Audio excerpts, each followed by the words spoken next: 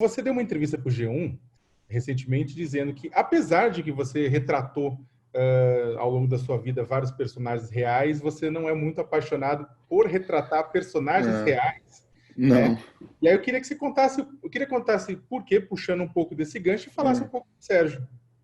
Eu não gosto não, saca? Eu acho muito difícil.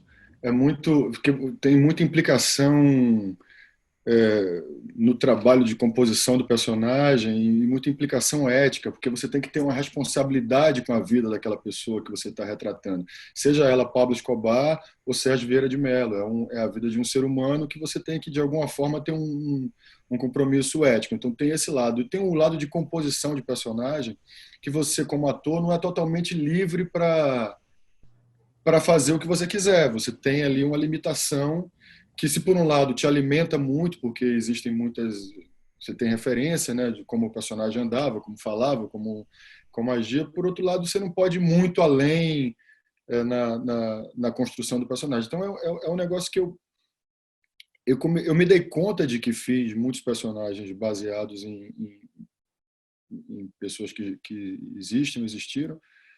Agora, agora assim, mas foi meio que uma coincidência na minha vida. Assim, eu não busquei. Agora, por outro lado, quando você reexamina a história ou reexamina personagens que, de alguma forma, cuja trajetória iluminaram a história ou deixaram um legado, isso é um negócio que a mim me, me parece interessante. Tanto quanto quando eu fiz Narcos, assim, o fato de ter entendido assim como funcionava o narcotráfico, como nasceu aquilo, como é que né, a falência da chamada guerra às drogas, como aquilo você te joga a fundo no entendimento de uma realidade que eu acho que termina iluminando também. É o caso do Sérgio, que é um cara, né, hoje, no meio dessa crise de representatividade, de liderança, você poder falar de um homem com os valores elevados que Sérgio tinha. Então, se por um lado é bom, ou no caso de Marighella, que você, né, reexamina a história, a narrativa da história, de que forma a história é contada.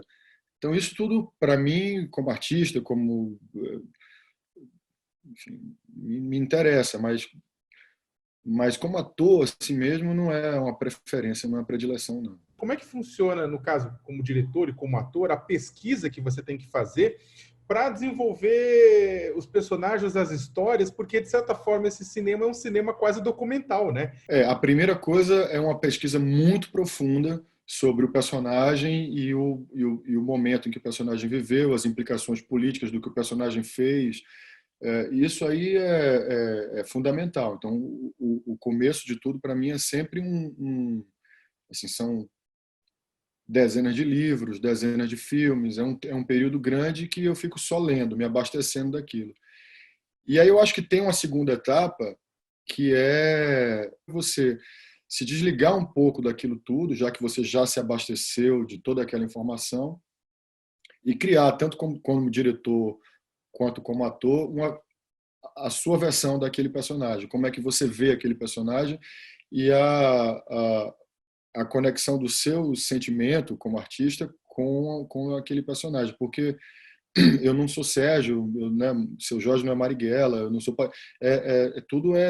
tudo passa por um filtro, pela maneira com que você vê aquele personagem, né? Bem, você está morando agora em Los Angeles, né? Você não está mais morando no Brasil, está morando em Los Angeles, produzindo, participando, dirigindo, produzindo. O que a gente precisa, na verdade, o que a gente tem de muito bom em comparação à produção cinematográfica, a produção de histórias, né? A contação de histórias em forma de cinema com relação a outros países, e o que aquilo está muito atrás no Brasil ainda? Eu acho que o Brasil é um país, é um grande produtor de conteúdo para cinema. Assim, nós temos uma história muito original no cinema. Aliás, o Brasil é um país original. O Brasil é um país, a vocação do Brasil é a originalidade, apesar dos percalços, né? O Brasil, é, é, eu sempre tenho a ideia, a fantasia do país do futuro, né? Do Brasil, esse futuro que nunca chega, mas desse país que ensina algo ao mundo, que ensina ao mundo uma forma diferente de desenvolvimento, né? Pela original, a originalidade do país, né? De ser esse país formado por tantas diferentes etnias e pessoas de tudo quanto é lugar do mundo, esse país que tem essa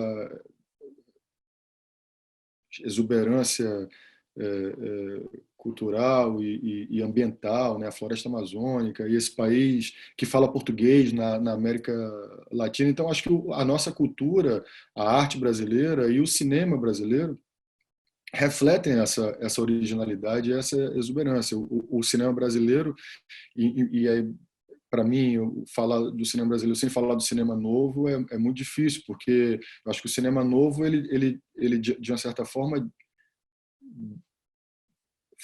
ditou o que é considerado no mundo cinema nacional, né? Assim, que é um cinema sempre que teve a influência do neorrealismo italiano, mas abrasileirado, assim, né? Macunaímizado, assim, e é um cinema que muito preocupado em entender o país. O cinema brasileiro é um cinema que quer ver o Brasil. Eu acho isso muito bonito, assim, o foco do cinema brasileiro. O cinema brasileiro é muita coisa, né? Mas assim, do que eu estou dizendo, que se tornou conhecido no mundo como cinema brasileiro, é um cinema que quer entender que país é esse, que quer falar de que povo é esse, das questões do país. Então, e é um país que tem produzido filmes, que tem, né, até o ano passado, cara, assim, se você pensar que com todo o projeto de destruição da arte, da cultura do cinema brasileiro, o cinema brasileiro emplacou 2 prêmios em Cannes e uma indicação ao Oscar.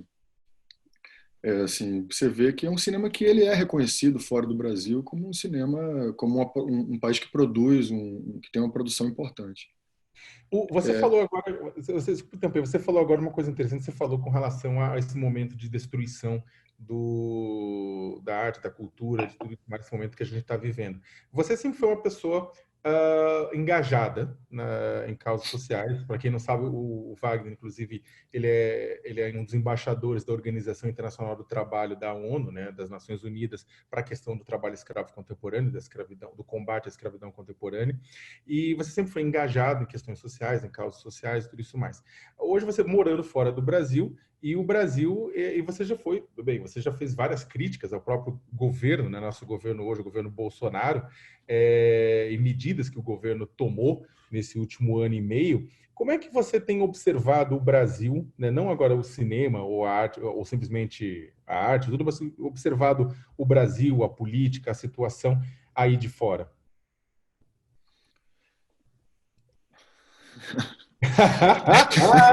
Olha, desculpe, eu ia chegar a essa pergunta, mas A minha observação, o jeito com que eu vejo o Brasil, eu não sei nem se é daqui de fora, assim, o meu olhar não é exógeno, assim, eu mesmo estando aqui, eu vejo, eu estou diariamente conectado com o Brasil, com as notícias, com as pessoas, com os amigos, com você, com outras várias.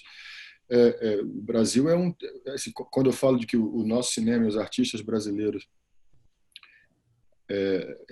pensam o Brasil e refletem o Brasil na sua obra, isso eu me sinto representante disso, assim, né? Se você for, assim, o que eu tenho buscado fazer com o que eu faço como artista é também pensar o Brasil e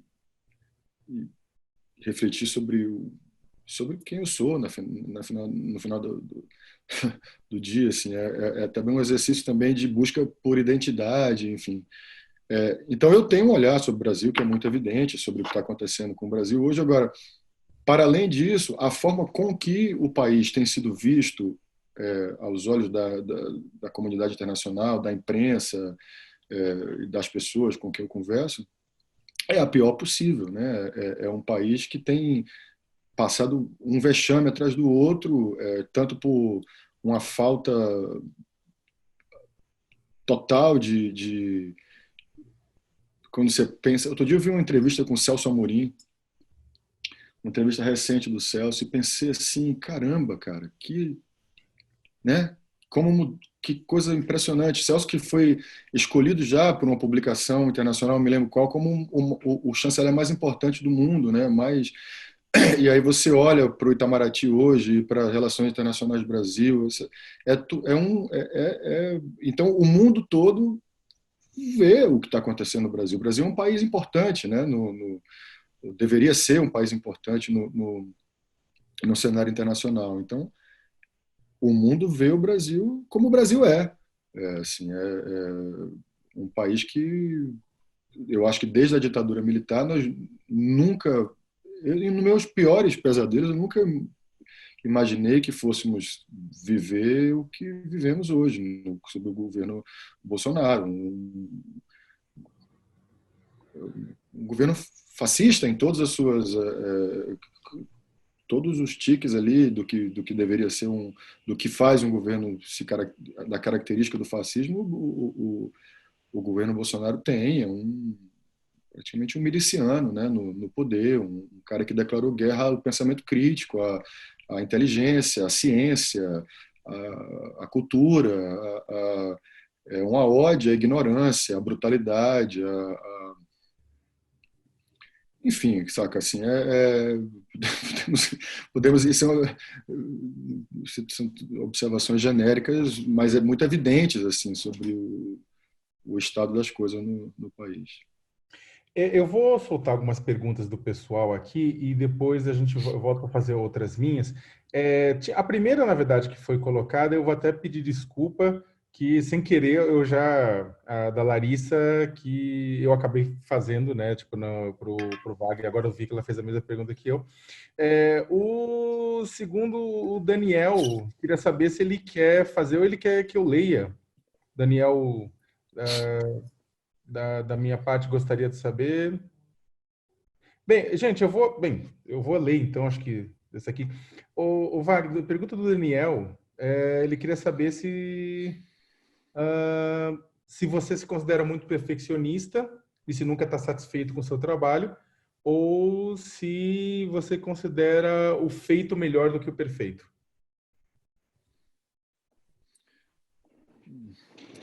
Eu aprendi com o tempo uma coisa muito importante, assim, que quem foi que me disse? Acho que o Cacá Diegues me disse isso, assim, que uma vez perguntaram a Cartola, que compôs das coisas mais, né, dos sambas mais bonitos da história da música popular brasileira, assim, Cartola, por qual dos seus lindos versos você gostaria de ser lembrado? Ele falou assim, tem um samba meu que eu disse, que eu digo assim, eu fiz o que pude. E eu gostaria de ser lembrado por essa frase. Eu acho assim que quando o que quer que eu faça, assim, eu coloco muita energia e faço com muita. É por isso que eu não sou muito bom em fazer muitas coisas ao mesmo tempo. Eu me concentro ali no que eu estou fazendo e faço com muita dedicação, com muita energia, com muito amor, muita paixão. Então, esse percurso, para mim, ele geralmente vale mais do que o resultado. Enfim, o resultado depois eu vejo e tem coisas que eu gosto, tem coisas que eu não gosto, a imprensa também, a crítica vai julgar, as pessoas. Eu vejo coisas que eu não gosto tanto, mas eu tenho consciência de que quando eu fiz aquilo, eu fiz o melhor que pude. Então, fica sempre um aprendizado, né? E você termina crescendo, olhando, vendo os seus erros e aprendendo, mas eu tento não ficar remoendo muito as coisas, né? Para frente, para adiante sempre.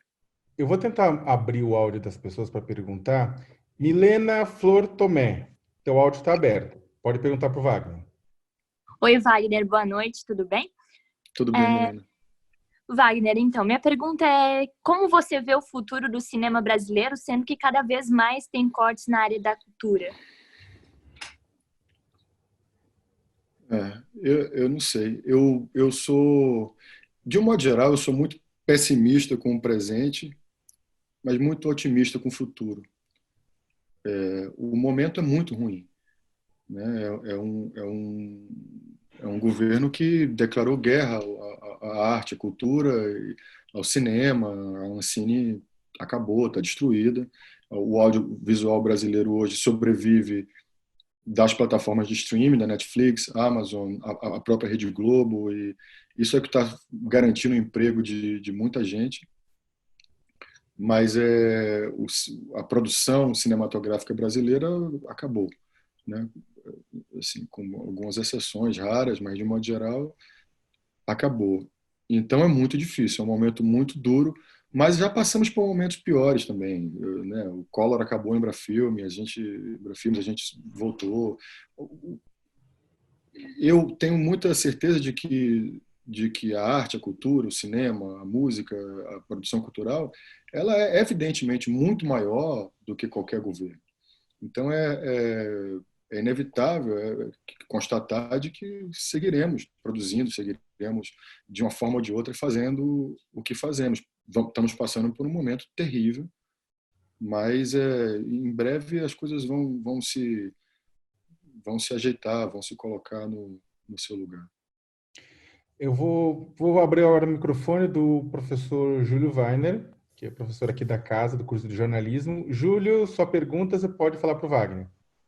Tudo bom, Wagner? Prazer em vê-lo. Muito contente que você esteja com a gente aqui. O Sakamoto te trouxe, né? E eu já tenho idade, né? Não sei os nossos alunos, para lembrar muito bem do Capitão Nascimento, né? E foi um filme, né? Tropa de Elite 1, que de uma certa maneira antecipou uma onda de direita, né? De repressão e de valorização do juiz e da polícia e desse episódio todo, né? Então, e trouxe inclusive, quem diria, outros capitães e juízes que a gente não imaginava que frequentariam a nossa história. Como é que você vê esse episódio do Tropa de Elite, em especial do Capitão Nascimento? Mesmo sabendo que o Capitão Nascimento era um personagem secundário e que, pelo teu brilho, enfim, né, foi na ilha de edição, né, na montagem, virou o principal da história. Obrigado. Obrigado, professor. Não, bom, quando o Tropa foi lançado, essa discussão que você levanta aí, ela foi muito forte, né? Ela foi muito presente nos meios de comunicação, no meio acadêmico e dentro da esquerda, de um modo geral. Eu, que sempre fui uma pessoa de esquerda, talvez tenha sido o primeiro a responder publicamente sobre isso. Assim, acho que o Arnaldo Bloch escreveu um texto no Globo dizendo que o Tropa era um filme fascista, eu fui o primeiro que escrevi um artigo dizendo que não. O Tropa é um filme que tinha ali na sua origem era uma tentativa de entender um pouco por que a polícia agia daquela forma, de que forma a polícia era treinada, ou seja, de que forma o Estado, de um modo geral, lidava com suas instituições e, sobretudo, com a polícia, com a repressão. E para mim nunca foi muito claro por que um cara que tortura, que botava as pessoas no saco, que matava, podia ser visto como herói. Mas o cinema, ou qualquer obra de arte, ela é, por excelência, polissêmica, né? Ela não é exatamente o que um realizador quis dizer, mas ela é a interação do que esse realizador diz com um determinado público, ou um público de um determinado momento, de uma determinada época, ou de que forma esse público entende aquela obra. Um fato importante nesse sentido é que o Tropa, quando ganhou o Urso de Ouro em Berlim, esse Urso de Ouro foi dado por Costa Gavras, né? Por excelência, a grande figura do cinema político de esquerda mundial. Dito isto, eu acho que, de fato, é um personagem que ficou ali no imaginário pop brasileiro, assim, né? E terminou tendo uma influência, não digo uma influência política, mas uma influência no imaginário ali de muita gente, né? Eu tenho certeza que os Bolsonaros adoraram Tropa de Elite o que faz com que eles tenham mais raiva ainda de mim, talvez. Mas é isso. Eu acho que é isso. É um filme também, um filme político, evidentemente. Eu vejo o filme de uma forma muito clara, assim como, né, como um filme de denúncia da brutalidade policial e das relações promíscuas do governo com a polícia.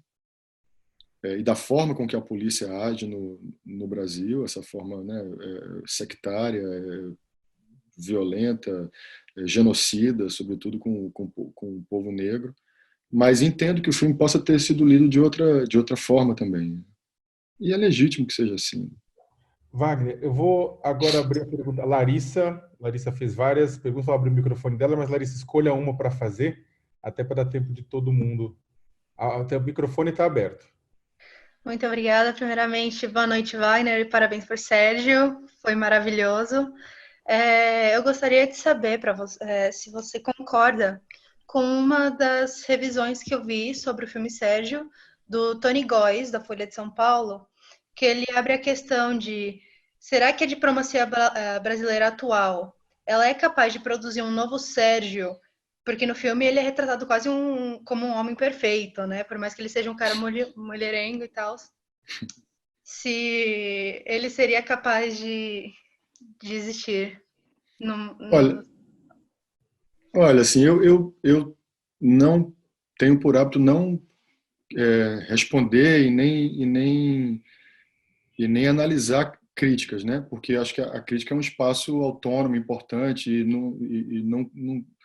não concordo com muitas, concordo com outras, positivas ou negativas. Tem coisas que os críticos falam que não são, né, boas, e eu digo, tem razão. Então, agora, quanto à existência de um novo Sérgio nesse contexto de hoje, do Brasil, é impossível, né?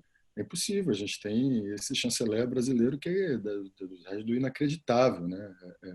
É inacreditável as coisas que ele fala, né? Eu nunca esquecerei o dia que ele disse que ele falou que a mudança climática era fruto do marxismo cultural, né? Quer dizer, assim, a gente está vivendo um negócio surreal, né? Suponho que seja, não sei, talvez haja terraplanistas ali no governo. Então, o Sérgio era um homem extraordinário mesmo, porque ele era um cara que tinha muitas qualidades aparentemente díspares, né? Porque ele era um intelectual formado pela Sorbonne, ele recebeu o maior título educacional que a Sorbonne poderia dar a alguém. Ao mesmo tempo, ele era não é um diplomata, ele é um funcionário da ONU formado na Acnur, a agência da ONU para refugiados. Então, a vida dele inteira dentro da ONU era no campo, nos campos de refugiados, em contato direto com as pessoas.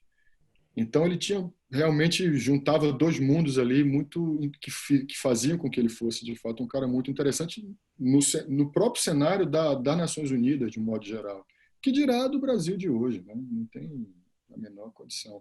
Embora haja certamente quadros interessantes e capazes no Itamaraty, mas ele era uma pessoa muito muito especial. Olha, agora eu vou chamar a Isabela, que também tem uma pergunta para o Wagner. Isabela, microfone ativado. Boa noite e boa tarde para o Wagner, por causa do fuso horário, né? Wagner, eu queria direcionar minha pergunta mais relacionada ao filme Marighella, que já foi censurado na primeira estreia, em 20 de novembro do ano passado. Ela foi remarcada para o dia 14 de maio e na sua entrevista para o G1, que até o professor citou no começo, você afirmou que ainda não tem uma data para o filme, para a estreia. Eu queria saber se você acha que ainda possa ocorrer algum tipo de censura pela pasta da cultura, assumida recentemente pela Regina Duarte. E aproveitando, eu queria saber a sua opinião sobre o que você achou da atriz ter assumido o cargo. Não, eu acho que, bom, eu estou muito tranquilo com Marighella hoje. Marighella foi um negócio, a primeira vez que Marighella não pôde estrear pelo imbróglio com Ancine, que eu caracterizo muito claramente como censura, foi muito duro para mim, foi muito difícil, porque é inacreditável que a gente está no século XXI e um filme não possa estrear por uma questão ideológica, por uma né, porque o filme incomoda o governo ou algo assim. Nós abrimos mão de receber R$ 1.200.000 que teríamos direito por conta do fundo setorial, abrimos mão desse dinheiro para o filme poder estrear. Foi uma decisão muito corajosa dos produtores, que até hoje não ganharam nenhum tostão com o filme. E o fizeram, então o filme, abrindo mão desse dinheiro, não há nenhuma razão que faça com que o filme não estreie. Então, não... Estou vendo as pessoas saindo na rua pedindo AI-5, não sei o que lá. Se isso acontecer, aí o filme não estreia. Mas se a gente continuar vivendo um período, pelo menos, de verniz democrático, o filme estreará tão pronto termine essa crise do Covid. E a Regina Duarte, também não quero comentar sobre a história da Regina, porque a Regina Duarte é uma pessoa por quem eu tenho total discordância. Tudo que a Regina Duarte diz politicamente eu discordo, mas também ela é uma artista, é uma colega de trabalho, e eu acho que não é... A gente tem tanta gente para a gente bater, e a Regina Duarte não é o alvo. Eu acho que qualquer um que faça... Esse é um governo que odeia a cultura, odeia o pensamento crítico, odeia a arte. Então, você ser um artista e fazer parte do governo não deixa de ser um contrassenso. No entanto, a Regina Duarte não é a nossa inimiga, né? O contexto é muito mais amplo, muito maior. O Wagner, tem uma pergunta aqui da Maria Clara Vieira, que ela está com seu microfone, então ela pediu para eu ler. Você, como também jornalista, né? Tá vendo, foi fazer a faculdade errada, fica marcado o resto da vida. Sente algum tipo de responsabilidade em contar histórias da vida real em produções cinematográficas? Acho que você respondeu em parte no começo, mas eu acho que... Não, e também não gosto muito do termo responsabilidade ligado à arte. Acho que a arte é um negócio que tem que ser totalmente livre, e anárquico, e não tem que ter muita responsabilidade com nada, não. Eu sou um artista que me interesso por política, me interesso pelo Brasil, me interesso por falar em coisas que... descobrir coisas, entender coisas que me interessam, Então, termina que as coisas que eu faço têm essa conotação, mas não necessariamente tem que passar por personagens reais, né? Esses personagens reais com os quais eu tenho lidado aconteceram de uma forma meio coincidência, assim. Eu vou abrir o microfone da Juliana. Deixa eu só... Desculpa, Wagner, que agora somos 320 pessoas aqui te assistindo. Então, todos os estudantes de comunicação. A maioria temos professores também, né? Uma grande maioria professores de jornalismo, alguns convidados, algumas pessoas que acabaram participando de fora. A Juliana, o microfone está aberto.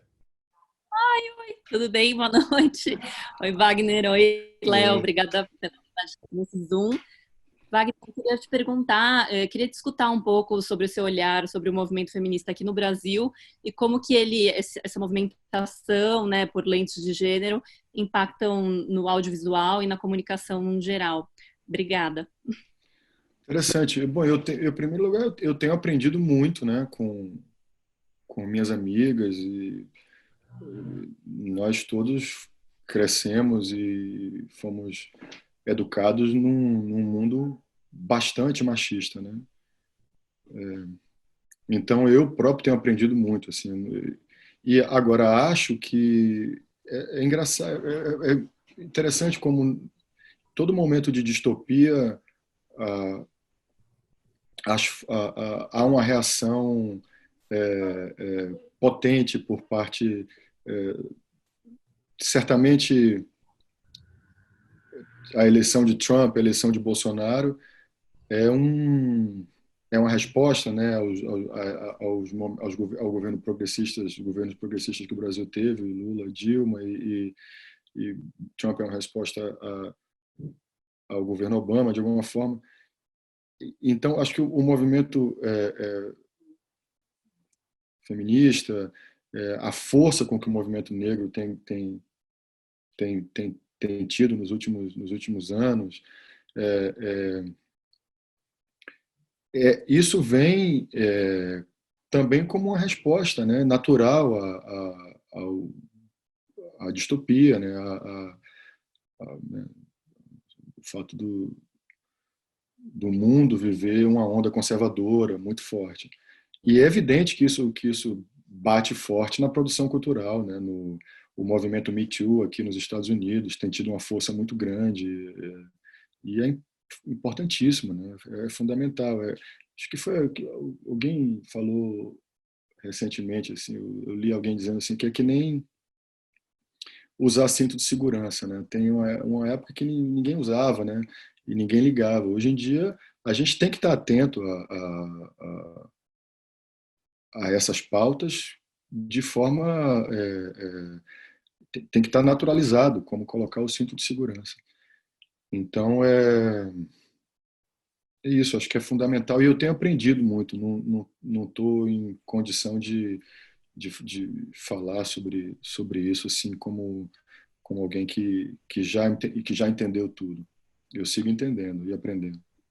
Wagner, tem uma série de perguntas, eu vou até juntar todas, na verdade, porque tem uma série de perguntas que acho que muita gente ficou surpresa que você era jornalista, na verdade, verdade. Né? E tem muita gente querendo saber, né, como é que você começa a carreira de ator, como é que você faz a passagem do jornalismo para a carreira de ator, né? E, grosso modo, quais foram as dificuldades que você enfrentou nessa passagem, ou foi uma coisa natural? Desculpa, a gente não for abrir, mas é que teve 10 pessoas que perguntaram disso, já empacotei e coloquei. A verdade, Saca, é que eu já trabalhava como ator antes de entrar na faculdade de jornalismo. Eu comecei a trabalhar como ator quando eu tinha 15 anos.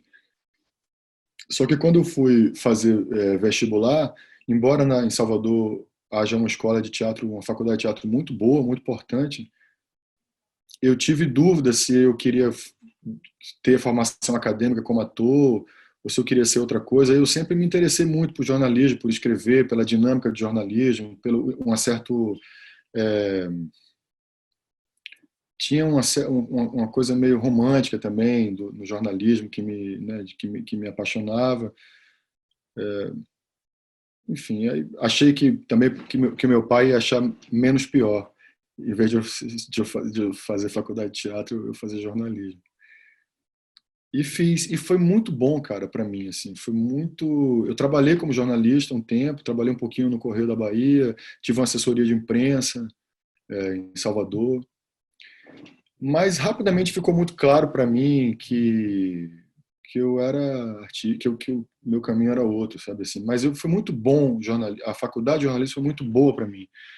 As coisas que eu li ali, sabe, a gente lia muita coisa legal, os caras da Escola de Frankfurt, né, ali, Marcuse, Adorno, essas coisas todas, Benjamin. Eu lembro que foram leituras muito legais, assim, para qualquer um, né? E a própria coisa do dinamismo, do jornalismo, de você estar em contato ali diário com a notícia, com o que está acontecendo no dia a dia, tudo isso foi bom para mim como um todo, como ator, como artista, assim, foi muito bom. E muitos amigos que eu tenho, a maioria dos meus amigos são jornalistas. Eu vou abrir o microfone da Edneide para ela te fazer uma pergunta. Ai, boa noite, Wagner. Boa noite. Boa noite, tudo bem? Oi, cadê ela? Será que ela caiu? Edneide acho que caiu. Ela não tá mais aqui, pena. Se ela aparecer de novo, a gente faz. Se aparecer de novo, a gente abre o microfone dela. Mas olha aqui. Não, entrou de novo, deixa eu abrir. Edneide, o microfone está aberto. Oi? Oi, desculpa, não... Agora foi. Foi. Então tá. Eu gostaria de saber se você entende como um ato de coragem fazer Marighella, esse personagem tão forte que em muitos lugares do Brasil, e eu já tive em alguns lugares, algumas pessoas não conhecem, nunca ouviram falar.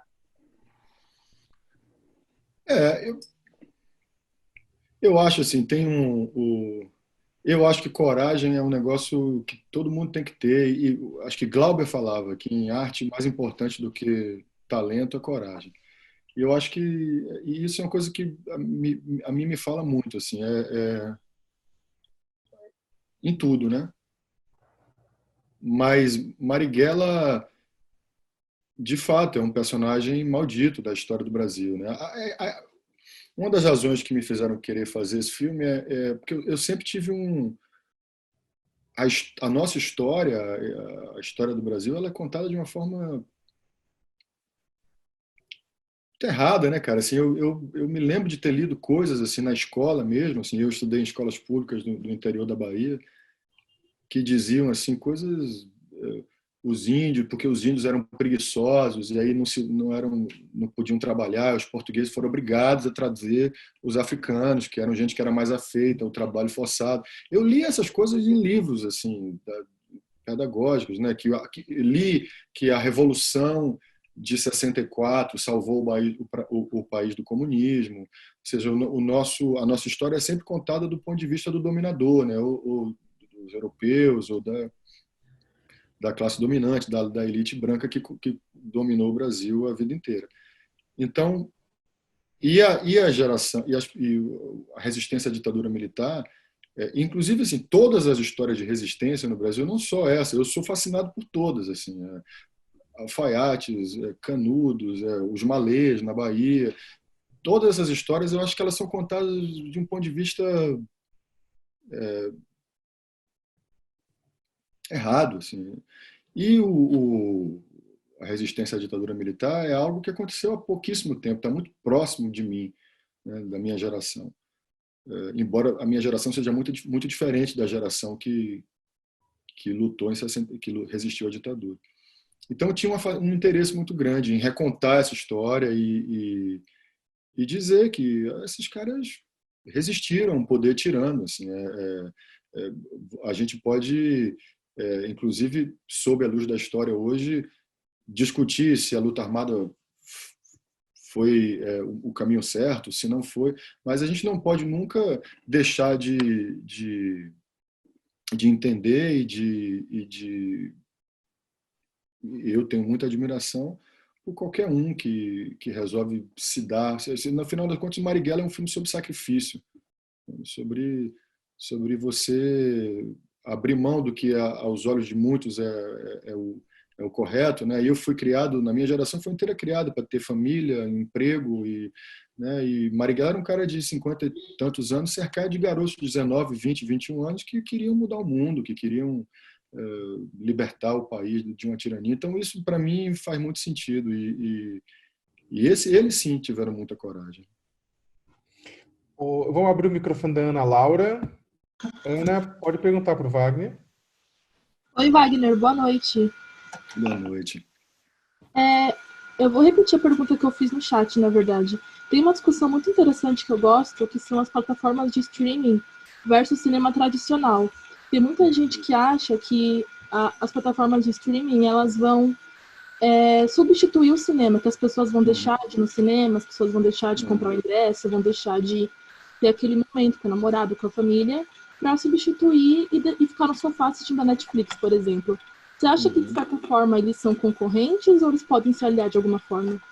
É interessante essa sua pergunta. Ela é bem uma pergunta de estudante de comunicação, porque eu me lembro que essa era um debate eterno, assim, de quando eu estudava comunicação, né? De o rádio vai acabar o cinema vai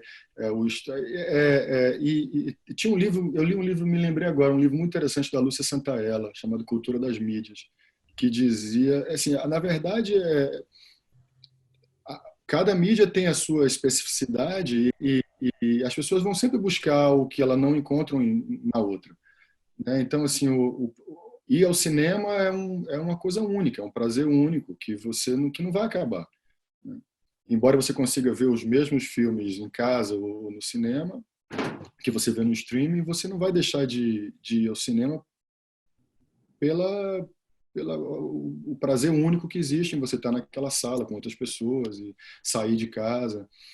Então, eu acho que essa discussão de uma mídia anular a outra, ela já é superada. As mídias, claro, o suporte, sim, vão mudando, né? Ou seja, o vinil vai dar espaço para o MP3, que vai dar o CD e tudo mais, embora haja toda essa questão do vintage, você volta e você começa a revisitar aquela mídia e ver que ali há qualidades ali que você não encontra mais na outra.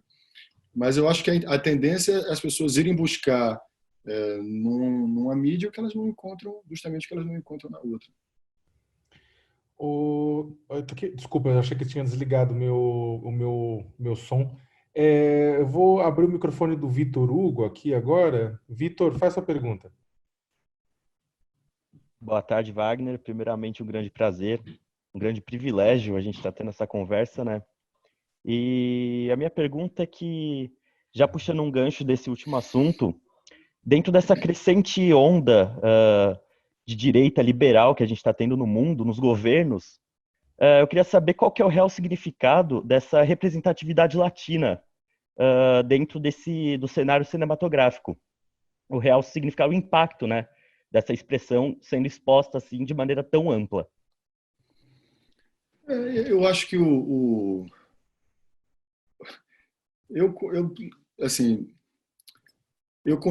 tenho respeito por alguns pensadores, algumas pessoas, inclusive, que eu conheço, que são conservadores aqui, mas o termo conservador, ele já pressupõe um erro, né? Porque o mundo, ele anda, ele caminha, ele vai mudando. A representatividade latina no cinema e nas artes, na mídia, ela é imparável, ela reflete o que os latinos são como sociedade nos Estados Unidos, né? Ainda somos o grupo mais subrepresentado em Hollywood, não somente com relação à quantidade de personagens latinos nos filmes, mas também com a maneira com que nós somos representados. Mas é uma questão de tempo, talvez demore um pouco, mas é uma questão de tempo para isso ir mudando. E o cinema refletir o que é a verdade, né? Um grupo grande, é uma etnia gigante dentro do cenário cultural e social aqui nos Estados Unidos. Agora você começou sua pergunta sobre a direita liberal, né? E outro dia eu estava vendo aí um podcast e tinha um cara que eu não vou falar o nome dele, mas é um jornalista de direita, agora ele é anti-bolsonarista. E ele dizia assim, e era muito engraçado, que ele falava assim, as favas com as ideologias, é a hora do Estado entrar e ajudar o empresário, o Estado tem que ajudar os bancos e os empresários, e não sei o que lá, a economia não pode quebrar. E eu fiquei achando curioso, né, essa gente que lê Milton Friedman e que entender que um pensamento econômico ele funciona apenas quando não há crise, né? Quando há crise, ele rapidamente, como a crise de 2008, eu preciso parar um minuto, que eu preciso pedir para o meu filho fazer uma coisa. É um segundo. Tá bom. Enquanto o Wagner vai lá, eu pedindo para o filho dele fazer uma coisa. O bom, na verdade, das transmissões em live, gente, é exatamente isso. É vida real, não é... É vida real, já voltei. Real, voltou. Ele tem que fazer o dever dele. Já está tarde. É curioso você ver isso, que para mim, essa crise toda que a gente está vivendo agora do Covid, ela é evidentemente uma crise do capitalismo, né? O que é o pós-capitalismo, não necessariamente, eu espero que sim, mas não necessariamente implica que a gente vai viver numa sociedade mais justa, mais fraterna, mas certamente haverá uma mudança muito grande, né? A fragilidade desse sistema está exposta, né? Eu vou abrir o microfone do professor Carlos Alfred Rodrigues para fazer a pergunta para você. Carlos? Certo. Primeiramente, olá, Wagner. Meu nome, então, é Carlos, professor do curso de Publicidade e Propaganda. Antes de tudo, obrigado, Sakamoto, pela oportunidade de estender também. Tem muitas alunas e alunos de publicidade aqui participando do encontro. E, Wagner, antes de tudo, nós somos muito admiradores do seu trabalho na área da publicidade, né? Muito dos filmes publicitários que são feitos tomam como referência a produção audiovisual que tanto você quanto, né, o diretor de Tropa de Elite já fez, né, na área. Bom, indo diretamente, eu queria voltar um pouquinho à pergunta, ao tema de hoje, que era como contar boas histórias no cinema. Me parece que esse era o tema de hoje, mas não sei se esse era o tema de hoje, né? Também. Uhum. Eu também não sabia. Não, mas eu falo para você. Mas é um bom tema. Desculpa, Sá, que eu esqueci. Não, mas tudo bem. Mas é um ótimo tema, vamos falar disso. Mas assim, por isso que eu estou colocando assim, pisando em ovos, porque essas lives elas são combinadas muito espontaneamente, né? Então, se a gente pudesse conversar um pouco sobre como contar boas histórias, porque esse é um tema que para nós da publicidade é muito interessante, que hoje em publicidade se fala muito de storytelling de marcas, né? Que são as marcas contando histórias como se as marcas fossem personagens. E aí, para nós, é uma oportunidade única, né? Ter uma pessoa que é um excelente ator e é diretor. E aí, do seu ponto de vista, uma história, seja ela no cinema, seja ela na publicidade, seja ela no teatro, o que do teu ponto de vista, ela reúne para ser uma boa história? Eu imagino que devam ser muitas coisas, mas assim, se de uma maneira resumida, sintética, você pudesse nos dizer algumas impressões sobre qual que é a tua visão sobre alguns elementos que precisam estar numa boa história, isso seria uma valiosa contribuição para a gente. Obrigado, Wagner. De nada. Olha, eu acho assim, eu não sei, na publicidade é outro, né, um mundo muito particular, assim, mas recentemente eu estava pensando assim, quais eram os livros que eu mais gostava. E dois desses livros eu fiquei vendo características muito semelhantes, assim. Um é Hamlet e o outro é Grande Sertão Veredas. Por que eu gosto tanto desses livros e desses personagens? Porque eu acho que tanto Hamlet quanto Riobaldo, primeiro, eles são são duas. Shakespeare era inglês, mas escrevia peças em Verona, em Veneza, em Malta, em não sei onde. Hamlet é uma história que acontece na Dinamarca, num castelo dinamarquês. E Hamlet é um personagem engraçado, porque é uma peça que foi escrita em 1600, mas ela antecipa o iluminismo, né? Que isso foi acontecer algumas décadas depois. Porque Hamlet é um personagem iluminista num cenário medieval. E ele é um personagem que, dentro desse contexto regional, dinamarquês, medieval, ele consegue refletir sobre o mundo todo. E a mesma coisa para mim é Grande Sertão, que é dentro do universo do sertão, você tem um personagem que claro, Hamlet era um intelectual, né, um que estudava filosofia, Wittenberg, não sei o que lá. E o que faz com que eu goste ainda mais de Riobaldo é que é um personagem representante total do saber e da inteligência oral, não acadêmica, mas ou quase tão genial quase tão inteligente quanto o Hamlet. Dentro daquele cenário todo, né, Riobaldo é um filósofo que pensa sobre a existência do diabo, claro que é uma coisa muito presente no livro, consequentemente sobre a existência de Deus, e sobre ambiguidades, né, a própria coisa de Diadorim ser uma mulher e tal. Então são, para mim, uma característica muito forte de uma história que eu acho bem contada é quando você faz uma história que se passa com elementos de uma cultura muito particulares, muito precisos, em um lugar e num ambiente com a cultura e com a geografia muito particulares, e você consegue fazer daquilo algo absolutamente universal. E a Netflix, por exemplo, ela tem se aproveitado muito disso, assim, de você ver histórias, produções espanholas, brasileiras, de tudo quanto é lugar, apreciadas no mundo inteiro,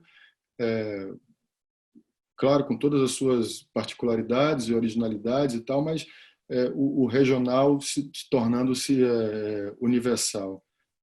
enfim, eu acho isso muito interessante. Assim, eu gosto muito e acho que a minha tendência mesmo como pessoal é querer falar mais ainda do que eu conheço, assim, sabe, do Brasil, do sertão, do Nordeste, da Bahia. Eu quero fazer mais filmes falando português, sabe? Para mim isso tá fazendo muito mais sentido quer dizer, o que eu tenho de originalidade, de força, é o que eu sou, né? Esse cara da Bahia e tal. Então acho que eu não sei do ponto de vista técnico da sua pergunta, que aí a gente teria falar dos gregos, né? De como é que os gregos contavam histórias, de Aristóteles, então que eu acho que é uma coisa que me fascina super também, mas para além dessa tecnicidade, assim, para mim, subjetivamente, quanto mais mesmo você fala do que você entende, do que você do que está no seu DNA, mais potente e mais universal aquilo é. Wagner, eu vou fazer uma junção também, tem recebido 8 perguntas com o mesmo estilo. Gente, até fazer um pedido para vocês. Quando vocês forem mandar para mim a pergunta, manda a pergunta para mim. Eu não estou fazendo censura, não, estou deixando passar. É que é o seguinte, às vezes, a mesma pergunta está sendo mandada várias vezes, aí eu acabo fazendo, ao invés de ficar abrindo um por um e repetindo. Então, me manda, se alguém quiser, aí a gente vai agrupando e colocando. Wagner, tem muita pergunta que chegou a respeito, pedindo uma avaliação sua de como você vê o jornalismo brasileiro hoje, né? Como é que você vê como é que você vê o tamanho da responsabilidade da imprensa pela polarização política nesse momento, né? Dos discursos que muitas vezes as pessoas decoram e não refletem. Querem saber também o quanto você acha que a imprensa ela é causa do momento que a gente está vivendo, quando ela contribuiu para esse momento e o quanto ela pode ser solução também. Tem gente perguntando também para você fazer também, já que você está nos Estados Unidos, é claro, você está num estado bem mais liberal do que as Carolinas, por exemplo, né, outros estados, mas como é que você avalia, né, a mídia daí, a mídia que você vê, em comparação também com a mídia brasileira, afinal de contas também temos fenômenos políticos semelhantes. Então é isso, analisar a imprensa, né, e o seu papel nisso tudo que está aí, está ok. A grande mídia, ela é, por excelência, um espaço do capital, né? Os grandes conglomerados de imprensa, eles têm dono, eles têm interesses econômicos similares a das grandes empresas que não são do jornalismo. Então é evidente que a mídia colabora com um interesse capitalista, né? O que é melhor para o dono daquele jornal, daquela empresa de comunicação. Isso é claro.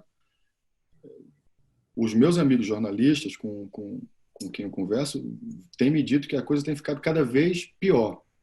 Assim, que a situação dentro dos jornais, nas editorias com a crise que o jornalismo tem passado, inclusive financeira, tem dificultado ainda mais o trabalho do jornalismo livre dentro dessa estrutura grande do jornalismo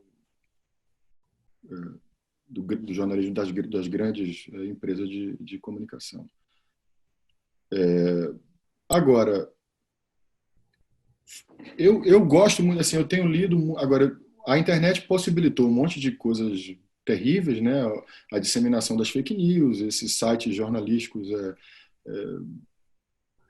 de disseminação de mentiras ou de notícias tendenciosas, mas, por outro lado, a internet possibilitou o aparecimento do que a gente um dia, na faculdade de comunicação, pensava sobre o que era um jornalismo livre ou o que era um jornalismo que poderia ser a democratização, né, da imprensa e tudo mais. Eu não sei, acho que vocês que vivem o dia a dia do jornalismo têm uma opinião mais formada do que eu sobre isso. Mas é evidente que a grande imprensa colaborou para a eleição de Bolsonaro, claro. Eu me lembro de um editorial, não sei qual foi, dos grandes jornais brasileiros, que dizia assim, que colocava Bolsonaro e Haddad, escolha difícil, né? Dois polos de extremismo, assim, E lembrar que todos os grandes jornais brasileiros apoiaram o golpe militar de 64. Enfim, isso não é novidade para ninguém. E fico pensando na situação do jornalista dentro desse lugar, né? Um amigo meu me disse assim que quando ele era editor de política de um jornal da Bahia e ele deu uma foto. Lembra que tinha aquele cara da Federal, que era um lenhador da Federal, que era um cara bem gatinho, assim, e ele deu a foto do preso e não deu a foto do lenhador. E aí o pessoal do jornal tipo, quase demitiu ele porque ele não deu a foto do coelho. Ele falou, mas não é mais esse cara, essa foto desse cara é o que vai fazer o jornal vender. Então, essa contradição entre o comercial e a notícia e a verdade, ela não é de agora, né? E o jornalismo, agora, por outro lado, o jornalismo com esse momento em que as pessoas se informam pelo WhatsApp, assim, o jornalismo deveria ser o bastião, o salvaguarda da informação, do que a gente aprendeu na faculdade, do que é fonte, checagem. E aí também não sei como tem sido a formação dos jornalistas jovens e de como eles têm ocupado as redações hoje em dia. Mas se por um lado você vê que a mídia tradicional ela é tendenciosa, ainda assim ela é composta, deveria estar composta por profissionais formados num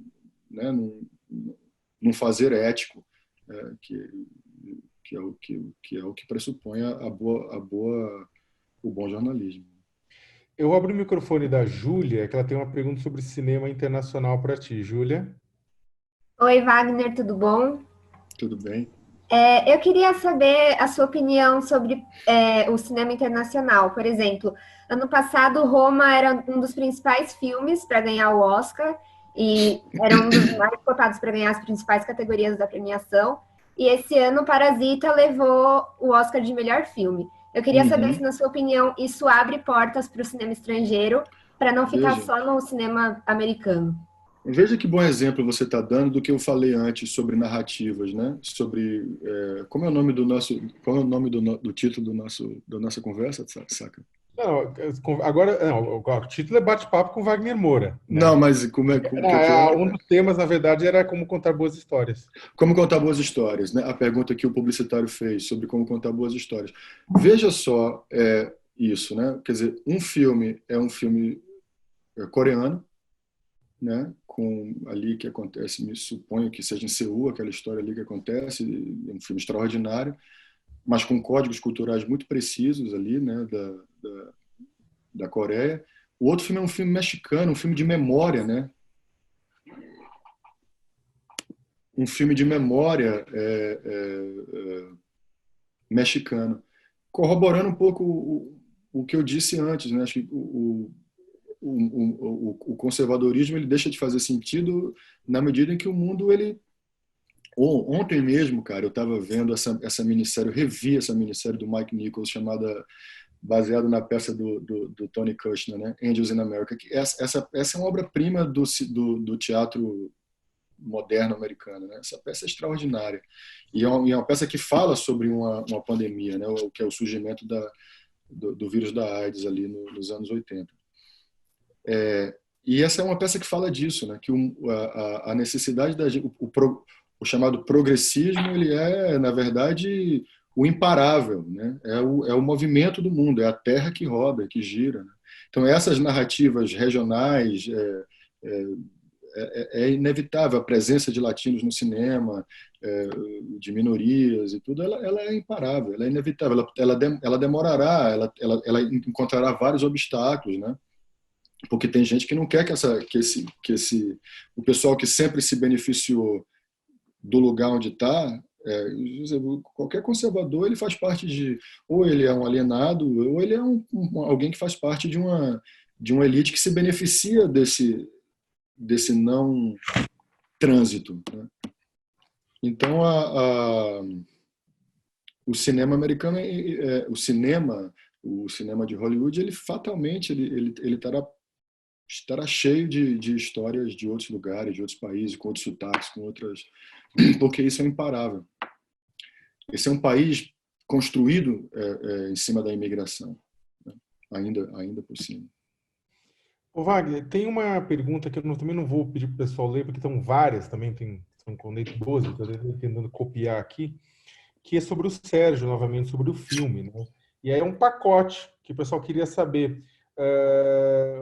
Bem, vou ler aí, que você lembrar, você vai contando. Eles perguntando como e onde foram as locações, né? Como é que foi visitar os lugares diferentes, né?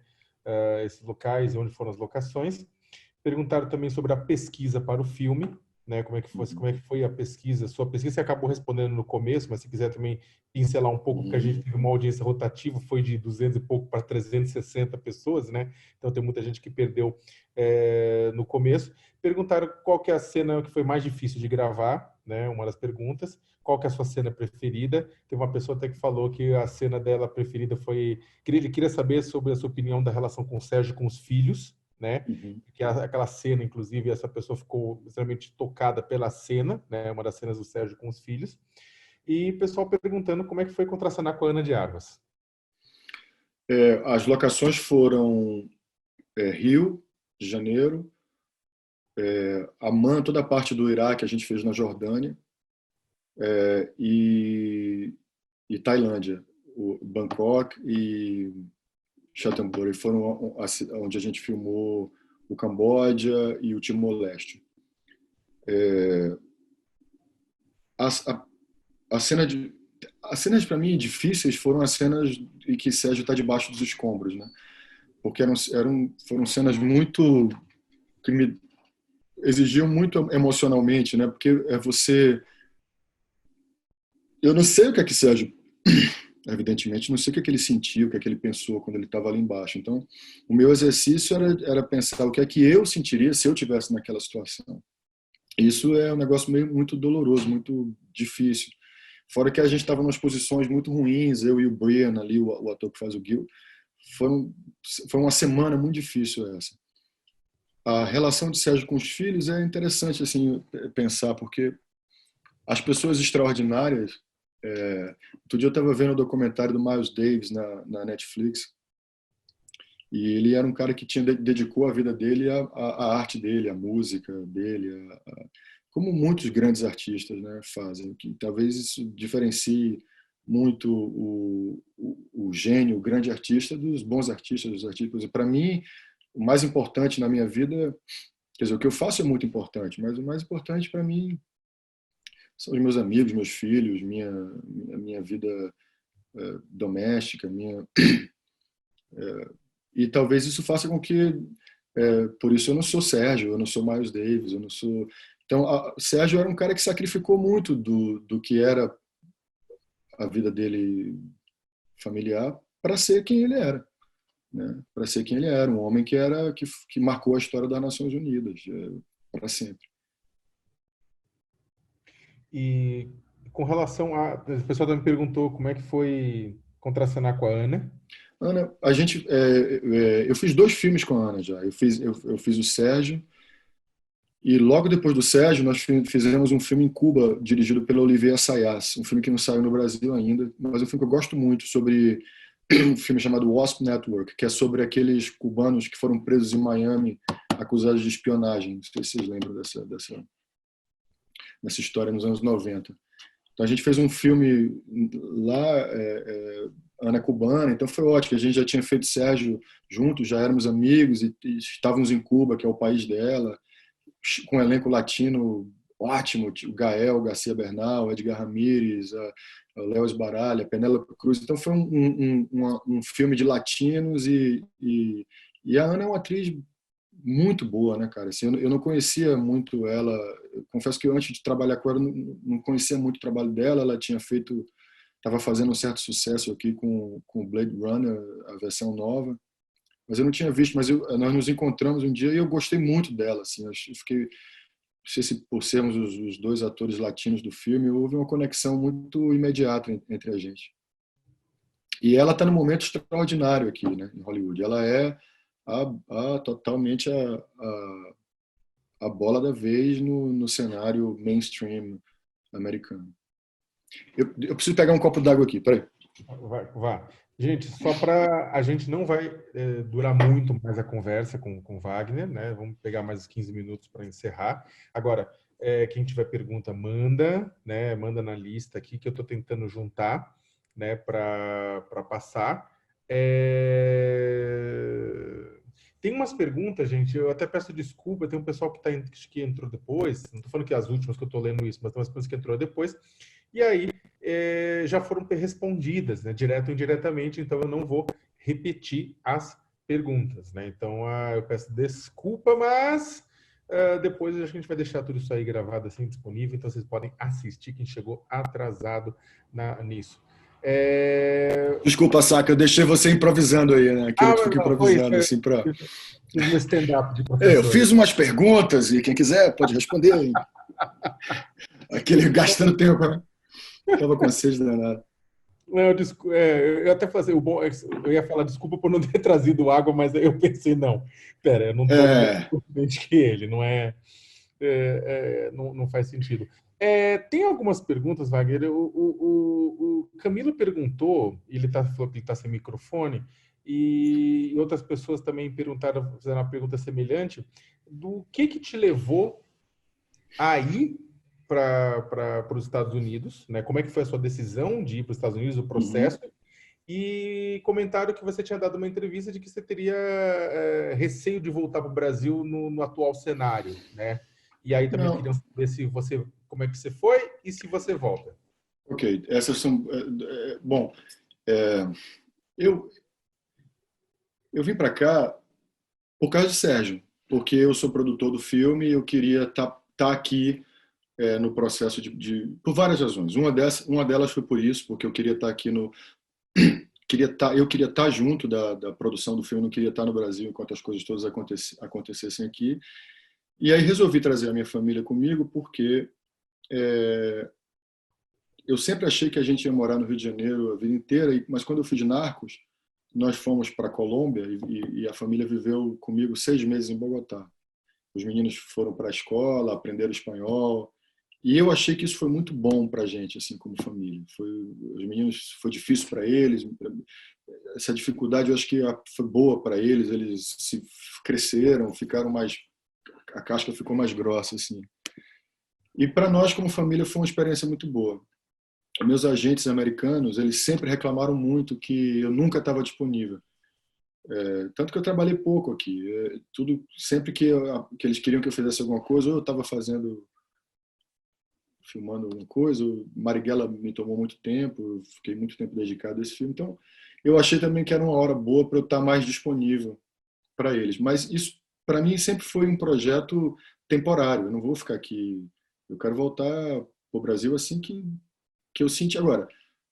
Eu vim para cá e as coisas começaram a ficar muito ruins aí. Assim, e para quem se coloca, se posiciona da forma com que eu sempre me posicionei, começam a acontecer situações esquisitas. Essa entrevista que eu falei que eu tinha receio de voltar ao Brasil, na verdade foi uma má tradução de uma entrevista que eu dei na Austrália, quando eu estava lá como jurado do Festival de Sydney. O que eu disse ao repórter foi que as coisas no Brasil estavam tomando um tamanho de polarização que, às vezes, e foi logo que Mourad Katendé foi assassinado, então, assim, que as coisas estavam tomando um lugar perigoso, que eu às vezes, quando entro num lugar, e geralmente quando eu vou para Salvador é tudo tranquilo, mas em São Paulo, no Rio, tem lugares que eu vou em que eu sei que as pessoas estão me olhando de uma forma esquisita. E você, Sakamoto, deve ter vivido isso já, tipo, muito, né? Assim,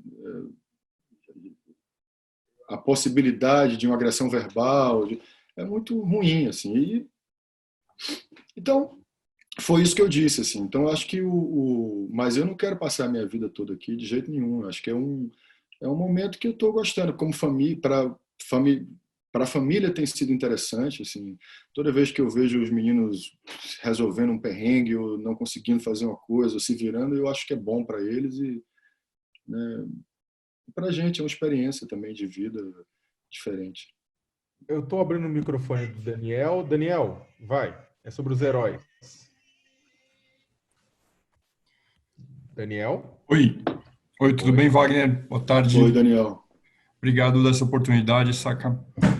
Então, eu vi eu vi um podcast do Roberto Saviano, que ele estava falando sobre os personagens dele de Gomorra e de 000, em que como é que isso era para ele poder apresentar isso para o público, né?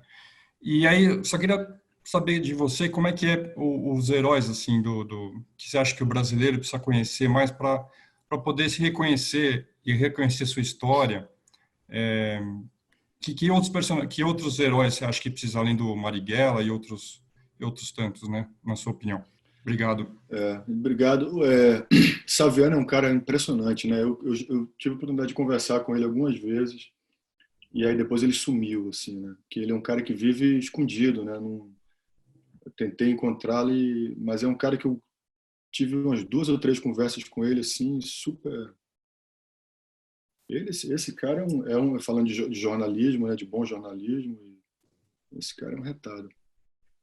Eu acho, assim, como eu disse lá no começo, cara, assim, nem personagem, existem, claro, personagens importantes. Eu não tenho essa fascinação também por representar personagens reais, assim, outra vez, isso não é uma coisa que eu tenha buscado, mas existem personagens que eu acho importante a gente se conhecer melhor, né? Assim, Chico Mendes é um personagem que eu acho que a gente deveria reconhecer e eu tenho muita vontade de ver, assistir uma série, ver um filme sobre a história de Chico. Uma coisa essa sim eu tenho muita vontade de fazer, eu queria muito fazer dirigir um filme sobre a chegada dos portugueses no Brasil, mas sob o ponto de vista dos indígenas. Como é que os índios da costa ali da Bahia reagiram à chegada dessa eu tenho lido muito, tem um livro fascinante, cara, esse livro aqui, ó.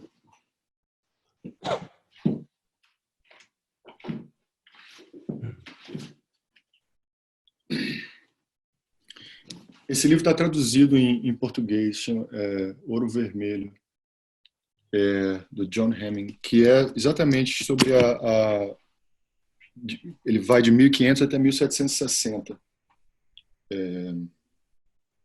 E esse é um projeto incrível, assim, por exemplo, que eu tenho muita vontade de fazer. E muitos outros, assim, Os Malês é um filme que devia ter, né, assim, sobre a revolta dos Malês ali na Bahia. Enfim, tem muitas histórias que eu tenho vontade de contar, ou de ver, ou de assistir. Muitos personagens da história do Brasil, bonitos, e de gente que se revoltou, que não baixou a cabeça, os indígenas brasileiros reagiram. Essa é uma narrativa que não é contada, né? Assim, os caras reagiram à dominação, não se deixaram dominar, enfim, foram vencidos ali pelo tanto de Covid, de coronavírus daquela época, de brutalidade e tudo mais. Mas houve uma resistência. Me fascinam muito as histórias de resistência. Wagner, estamos caminhando para o final. Eu vou juntar algumas perguntas também, baseada na pergunta do Humberto Tosi, que ele está sem microfone, eu vou ler, também vou juntar outras que são semelhantes. Ele colocou assim: Wagner, sua carreira é muito marcada pelo trabalho do cinema, mas você tem uma trajetória também nos palcos. Você mencionou Hamlet algumas vezes, e há pouco mais de 10 anos eu assisti você interpretando esse personagem e lembro que, ao menos para os estudantes e trabalhadores do teatro, o impacto foi tão forte quanto o Capitão Nascimento para o público em geral. Gostaria de perguntar 2 coisas. Você pretende voltar aos palcos? E qual é a sua opinião sobre o papel do teatro em contextos de enfraquecimento democrático? O teatro para mim, é a forma de arte mais, para mim, mais poderosa, e é por isso que o teatro é difícil ser bom. O teatro geralmente não é muito bom, mas quando é bom é de uma potência absurda, assim. A minha formação como ator se dá no Teatro da Bahia, e como artista eu acho que as coisas que mais me impactaram foram peças de teatro, assim. esqueço da montagem do Grupo Peolim, lá da Paraíba, de Valda Sara Palha, que o Luiz Carlos Vasconcelos dirigiu. Teatro físico, da potência né, de Guimarães Rosa no palco, no teatro, enfim. E o Hamlet, e o teatro, por excelência, é o espaço da desconstrução, da anarquia, da liberdade. Os artistas de teatro foram fonte potente de resistência à ditadura militar no Brasil e na história do mundo, né? O teatro é tudo, cara. E Hamlet, para mim, foi, não digo do ponto de vista de quem viu, de quem assistiu, mas para mim, como artista, assim, como ator, foi a coisa mais potente que eu fiz. Assim, era uma época que eu estava precisando muito entender, assim, por que que eu sou ator, por que que eu faço isso, eu me pergunto muito isso, né? Qual é a função disso que eu faço, por que que eu estou fazendo isso, qual é o sentido disso? E Hamlet, para mim, foi a resposta que me abasteceu durante 10 anos. Eu fiquei abastecido só por ter feito aquela peça. E talvez até por tê-la feito, eu demoro um tempo para fazer de novo teatro, porque depois daquilo ali, eu não sei quando é que eu vou fazer outra vez. Bem, a gente está chegando no final. Eu, antes de mais nada, queria te agradecer muito, queria agradecer demais assim, a tua presença. Eu tenho orgulhaço de ser seu amigo, mas eu tenho orgulhaço de te conhecer. O Wagner é uma das melhores pessoas que a minha geração produziu em todo mundo, assim. O Wagner não parece, mas ele é um ano mais velho que eu.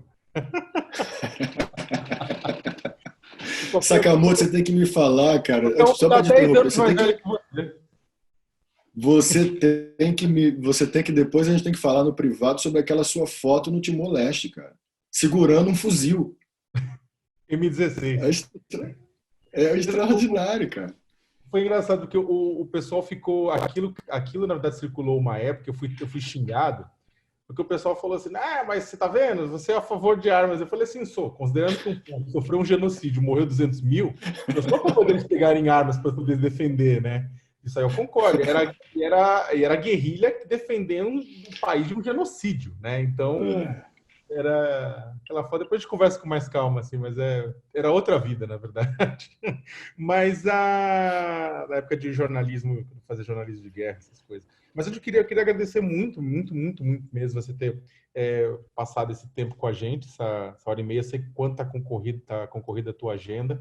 Eu acho que para os alunos de comunicação, de jornalismo, de publicidade, de outros que estão assistindo, foi extremamente rico, assim. Eles têm você não apenas uma referência, né, ética, mas também estética, sabe, do que você faz, do seu trabalho, tudo isso mais. Eu acho que é muito legal e é muito legal ter esse contato. Mas eu queria pedir para você encerrar falando do seguinte, Bem, a gente está vivendo um momento muito complicado no Brasil, nos Estados Unidos, em todo mundo, que é a pandemia de coronavírus, e é por isso que a gente está todo mundo aqui conversando e não na sala de aula, etc. E não está fácil. Os Estados Unidos está vivendo uma situação bem pior uma situação sanitária bem pior do que o Brasil, né? Por enquanto, né? Esperemos que isso não chegue forte aqui, mas está acontecendo isso. E é um momento muito difícil, porque não quero que você comente cloroquina, remédio, nada disso, mas eu queria que você desse uma palavra final, um pouco de esperança, como você vê o mundo saindo disso aqui, como é que você está vendo as perspectivas do mundo daqui para frente, porque muitos dos alunos, né, eles estão no seu home office de trabalho, são o pessoal fazendo jornalismo, trabalhando, estudando, cuidando de irmão, cuidando de filho, cuidando de pai, né, naquela angústia de estar trancado ou naquela obrigação de sair e se colocar em risco muitas vezes, porque está numa atividade essencial, e muita gente está naquela angústia, né, de não conseguir ver o horizonte. E aí eu queria ver com você. Você é uma pessoa que está refletindo sobre o nosso tempo, o nosso momento. Eu queria que você finalizasse falando para o pessoal um pouco, né, o que você vê que vai... Como é que você acha que a gente vai sair de tudo isso? O que pode trazer de mudança? Saca, naturalmente eu não sei o que vai acontecer, né? Ninguém sabe bem, O que eu acho é que o mundo certamente será outro depois disso. A gente está vivendo um momento único na história moderna. Eu acho que é um momento que é preciso ter a consciência de aproveitá-lo e não vivê-lo como deveríamos ter sempre consciência do que é estar vivo, né? Do que é viver, com as consequências do que fazemos, de como interagimos, como melhorar e tudo mais. Mas esse momento em que o mundo está obrigado a estar dentro de casa é também um momento em que a gente está sendo obrigado a olhar para dentro da gente, né? Eu acho que é um momento, claro, de olhar para o outro e com um olhar solidário, porque nós estamos aqui, como você bem disse, todos privilegiados de podermos estar em nossas casas e home offices e tudo mais, mas a grande maioria das pessoas não pode fazer isso. Então é um momento de olhar para o outro e realmente, sem papo furado, ser solidário. Mas eu acho que mais do que olhar para o outro, eu acho que é um momento de olhar para dentro da gente e entender, se confrontar com, né? Eu nunca fiquei tanto tempo dentro de casa, por exemplo. E isso, se por algum momento isso me gerou alguma angústia e tal, eu tenho tentado estar em paz com isso e entendido o que é que eu posso tirar disso. Assim, eu acho que eu nunca olhei, por exemplo, os meus filhos com a calma e com o tempo que eu estou tendo para olhar, para ouvi-los, né? Então há várias coisas aí que a gente tem que buscar entender e aproveitar. Num contexto mais geral, eu acho que essa mais uma vez, evidentemente uma crise do capitalismo. É uma crise do capitalismo. É óbvio, né?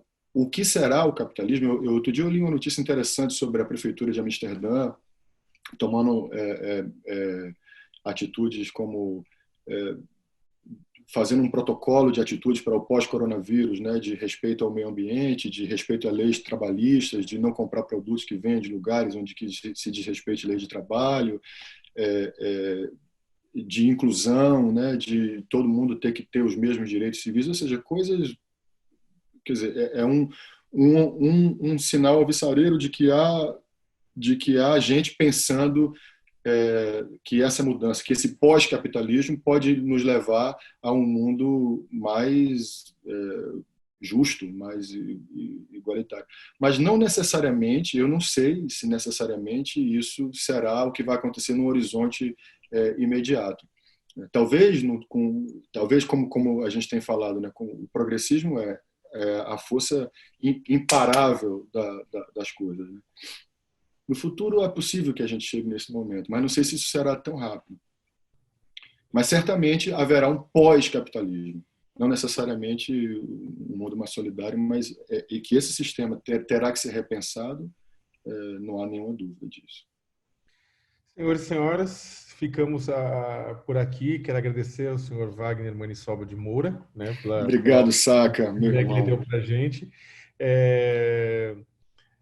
Agradecer por todo mundo e dizer que a PUC está sempre de portas abertas. Quando você passar por São Paulo de novo e tiver um tempinho, por favor, né, venha nos encontrar, né, pessoalmente, né, e é isso. Vai, brigadão. Bom, Saca. Bom, meu irmão, foi um prazer falar com você, com seus alunos, com o pessoal aí da PUC, com estudantes de jornalismo, essa profissão tão fundamental, tão importante, né? Vamos zelar pelo jornalismo, pela ética jornalista, pela importância que o jornalismo tem na vida de todo mundo. E você é um farol para todos nós, Sakamoto, para todos os jornalistas, para todas as pessoas que veem o jornalismo também como um instrumento, no final das contas, de justiça social, de direitos humanos, enfim, de todas as coisas que você tem defendido ao longo do tempo. Obrigado, meu caro. Valeu mesmo. Valeu, gente. Obrigado, hein? Beijão, tchau. Se cuidem. Um abraço. Tchau. Wagner. É isso, gente. Ficamos por aqui. Até logo a todos e todas. Muito obrigado.